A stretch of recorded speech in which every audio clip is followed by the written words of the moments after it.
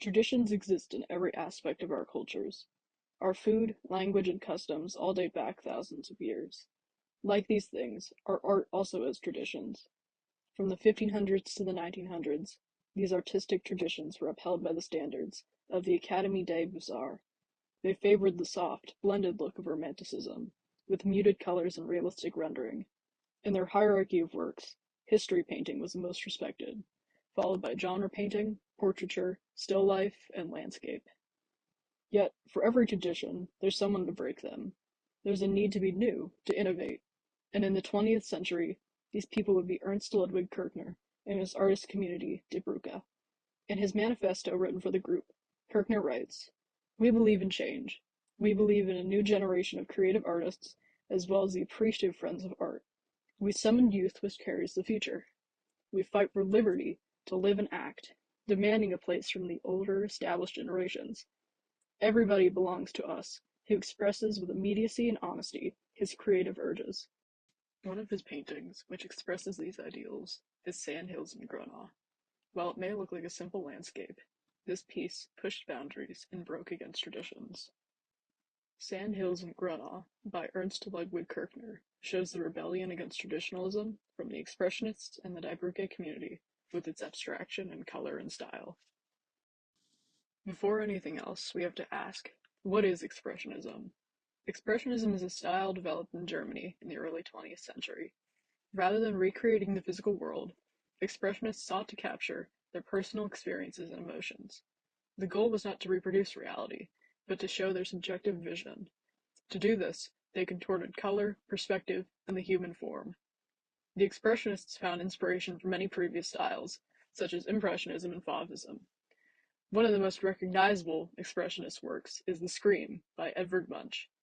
Munch uses bold colors and brushstrokes, as well as warping of anatomy to show the distress of the figure. Ernst Ludwig Kirchner was a key figure of this movement. Much of his art focused on figure painting, but he also did landscapes and cityscapes. He showed an interest in the ability to give figures the illusion of advancing by lining them up, and this idea can be seen in his street scenes. He used color boldly and abstractly, and his muses stretched and leaned across the canvas. Kirchner embodied the Expressionist movement. In 1905, he would join Fritz Bleyl, Erich Heckel, and Carl Schmidt-Rottluff to form the art community Die Brücke. He was 25 at the time, and considered to be the most gifted of them. The intentions of this group are made clear in a passage written by Schmidt-Rottluff. It was one of the aims of Die Brücke to draw all revolutionary and turbulent elements to the cause. This goal is indicated by the name, Brücke. In German, Die Brücke means the bridge, showing the connections they wanted to build between artists who shared the same ideals. They wanted to rebel against the standards of academicism. With this motive in mind, how does Sandhills in Grünau compare to an academic piece? Since landscapes weren't a priority of the Académie standards, it's difficult to find many academic landscapes. For the purposes of this video, I'm going to be using Joseph Sold by His Brethren by Alexandre Gabriel de Camps for comparison. One immediate difference is in the color choices.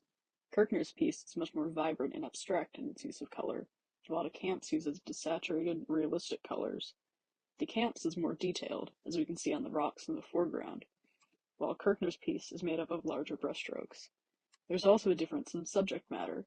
De Camps' piece is theological, referencing the biblical story of Joseph being sold into slavery by his brothers, while Kirchner's piece is absent of any people, only focusing on the landscape.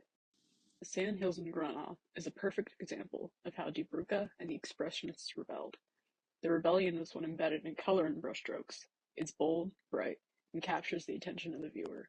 It's unafraid to show a different vision of the world that isn't perfected realism, and that mentality would go on to inspire decades of artistic evolution, such as the neo-expressionist movement of the 70s.